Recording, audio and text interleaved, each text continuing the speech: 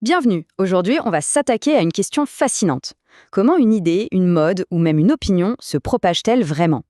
On va voir qu'il y a toute une mécanique cachée derrière, une théorie classique mais toujours aussi pertinente qui explique ce qui influence nos pensées, nos achats et ce qu'on partage en ligne. Alors voilà le programme. On va commencer par déconstruire un mythe tenace, celui des médias tout-puissants. Ensuite, on plongera dans une étude clé, l'enquête de Decatur, pour voir comment tout a été remis en question. Ça nous amènera à rencontrer les vrais influenceurs de l'époque, et vous allez voir, c'est surprenant. On parlera ensuite de la véritable révolution que ça a provoquée. Et pour finir, on fera le pont entre cette vieille histoire à Decatur et notre propre fil d'actualité. C'est parti. Première partie donc, le mythe des médias tout-puissants.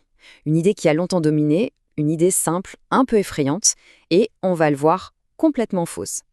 La question qu'on se posait à une certaine époque, c'était un peu ça.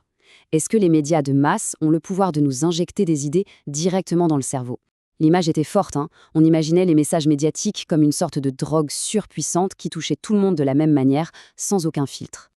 Et ce concept portait un nom assez parlant, le modèle de la seringue hypodermique. L'idée, c'était vraiment ça. Les médias piquent le public et le message est injecté. Point. Le public, lui, était vu comme une masse d'individus passifs, isolés et finalement assez sans défense face à cette influence. Mais voilà, au milieu du XXe siècle, des chercheurs se sont dit « Attendez une minute, est-ce que ça marche vraiment comme ça ?» Et ils ont décidé de mettre cette théorie à l'épreuve.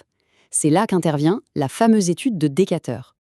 Alors, pour bien situer les choses, les premiers doutes apparaissent dans les années 40, avec une étude qui laisse entendre que l'influence personnelle est peut-être plus forte que les médias en politique.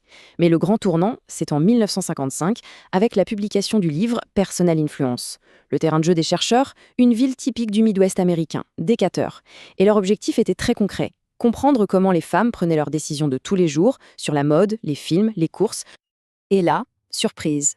Ce que les chercheurs découvrent sur le terrain va complètement à l'encontre du modèle de la seringue. Ils mettent le doigt sur un processus bien plus complexe et surtout bien plus social que ce qu'on imaginait. C'est une découverte qui va absolument tout changer. Voilà ce qu'ils ont mis en évidence. Ce n'est pas un flux direct, mais un flux en deux étapes. D'abord, bien sûr, l'info part des médias.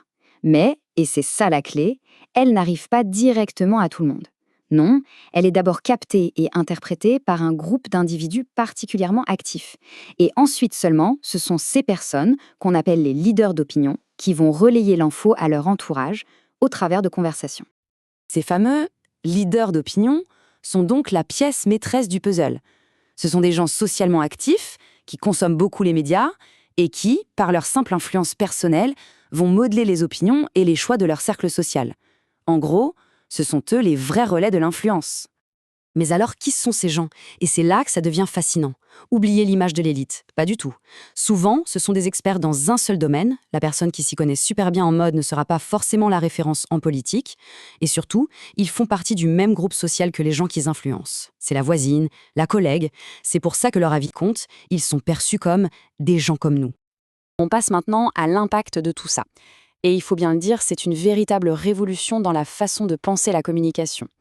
Cette découverte n'a pas juste ajusté un peu la théorie, elle a complètement mis par terre ce qu'on croyait savoir sur le rôle des médias. On passe donc d'une vision à une autre, radicalement opposée. Avant, on voyait les gens comme des atomes isolés qui recevaient passivement les messages. Avec le flux à deux étapes, tout change. On comprend que les gens font partie de réseaux sociaux, qu'ils discutent, qu'ils débattent, qu'ils filtrent activement ce qui vient des médias.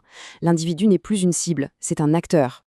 Et les résultats de l'étude le montrent bien, le rôle des médias, ils sont surtout efficaces pour informer, pour créer une prise de conscience, mais quand il s'agit de passer à l'action, de prendre une décision, là c'est l'influence personnelle, le contact humain qui est de loin le plus puissant. Une discussion avec une personne de confiance pèse bien plus lourd dans la balance. Cette citation résume tout parfaitement. Le flux de la communication, c'est avant tout un processus social. Les influences les plus fortes ne viennent pas des grands médias, mais des gens qu'on connaît, des gens en qui on a confiance. La communication entre les personnes est le vrai moteur, le facteur décisif. Bon, tout ça, c'est une histoire des années 50. Ça peut sembler un peu lointain, mais c'est là que ça devient incroyable. Cette théorie n'a jamais été aussi pertinente qu'aujourd'hui, à l'ère du numérique. Regardez ce tableau, le parallèle est frappant.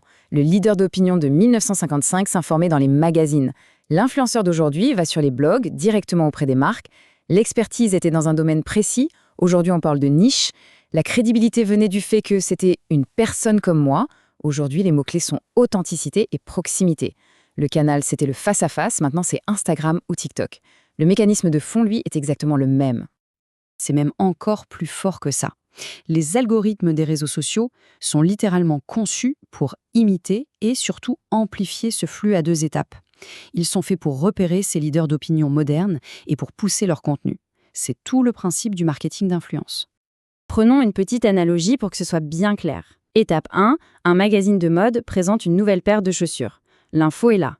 Étape 2, une amie qu'on trouve toujours bien habillée les voit, les achète et les porte. Et étape 3, c'est son exemple, sa recommandation, qui va convaincre son entourage de les acheter à leur tour. La tendance n'est pas lancée par le magazine, mais par la personne de confiance.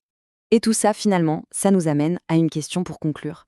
Dans nos vies, dans notre entourage, qui sont ces leaders d'opinion ? Pour la politique, la tech, la musique, qui sont ces personnes dont la vie pèse un peu plus lourd que les autres ?